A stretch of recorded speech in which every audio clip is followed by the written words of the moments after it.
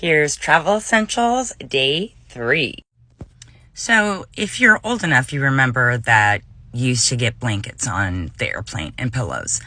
I think some still give them, but A, do we want them? No.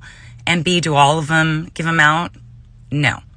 So this is another one that I saw on TikTok, and I had to have it.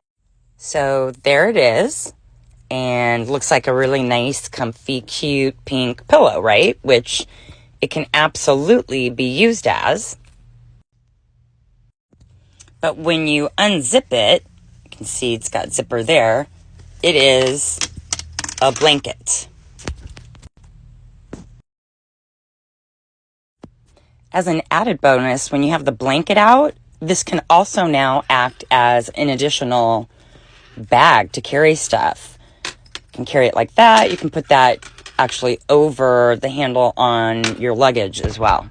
And don't forget, starting July 12th, it is Amazon Prime Day. So a lot of this stuff is probably going to be on some really good sales. Amazon Prime Day is July 12th and 13th.